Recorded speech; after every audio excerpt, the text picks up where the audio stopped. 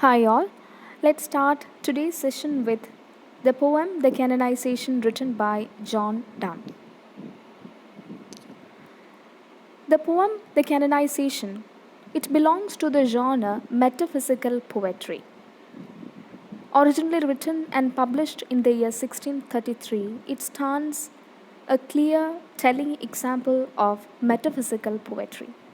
So, before moving on to the poem The Canonization and the poet John Donne, let's have a glimpse on what metaphysical poetry is. The term metaphysical poetry was first coined by the critic Samuel Johnson to describe a loose group of English poets who started writing towards the beginning of 17th century. In his own words, in metaphysical poetry, one can see the most heterogeneous ideas are yoked by violence together. Also, nature and art are ransacked for illustrations, comparisons, and allusions. Metaphysical poetry seems to be less concerned with expressing feeling than with analyzing it. It is also characterized by the boldness of literary devices used, especially the obliquity, irony, paradox, etc. So, speaking of the overall impact of metaphysical poetry on an average reader, is that though he admires it, he seems to be seldom pleased after reading it.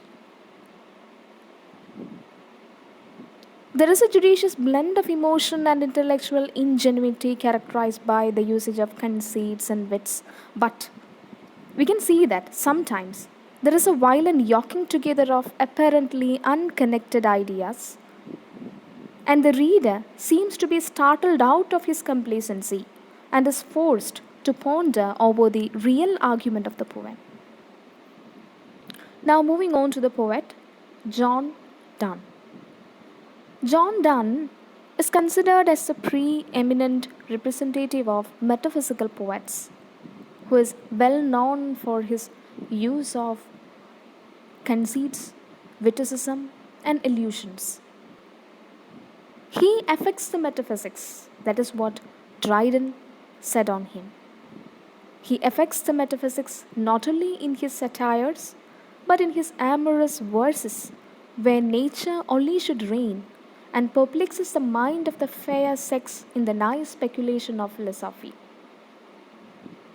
So, speaking of Donne's poetry, we can see that there is a shift from all those classical forms to the more personal poetry. So, coming to the poem The Canonization, we can see that the major theme of the poem is always romantic love. According to the poet, love is so all consuming that the lovers forego other pursuits to spend time together. In this sense, love is a sort of asceticism, a major conceit in the poem. The speaker proclaims that his love shall definitely canonize him to a kind of sainthood. In the poem The Canonization, Donne sets up a 5 stanza argument to define the sanctity of his love. This is a poem which takes a theological term for its title and then begins with a blasphemy. The poet is the speaker who speculates upon the prospect of being canonized. In stanza 1, the speaker seems to be exasperated, and the tone is provocative. He says, "For God's sake, hold your tongue and let me love, or chide my palsy or my gout, or even my 5 grey hairs or ruined fortune flout. With wealth your state, your mind with arts improve.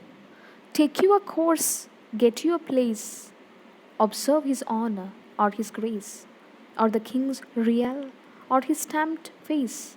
Contemplate with what you approve, so you will let me love." So here, the poet who is exasperated at being continuously reprimanded by the world around for his amorous life, begs his friend to spare himself and his beloved. The speaker is indeed asking his captious friend either to keep quiet or focus on self aggrandizement. With wealthy estate, your mind and arts improve. Take your course, get your place. The poet pleads the social world around to permit love. He then questions the value system that is clearly one of hypocrisy, sycophancy, and cupidity. Instead of chiding me, go get a place in the king's court. That is what he is asking his friend to do. You can either flatter a judge or a king, for these important men can offer patronage to their sycophants. Actually, here, the poet is making fun of the social scenario during the time. The irony and satire is continued in the second stanza too. In the second stanza, we can see that the speaker silences his friend by posing a few rhetorical questions. He asks him, "Alas, alas, who is injured by my love? What merchant ships have my sighs drowned?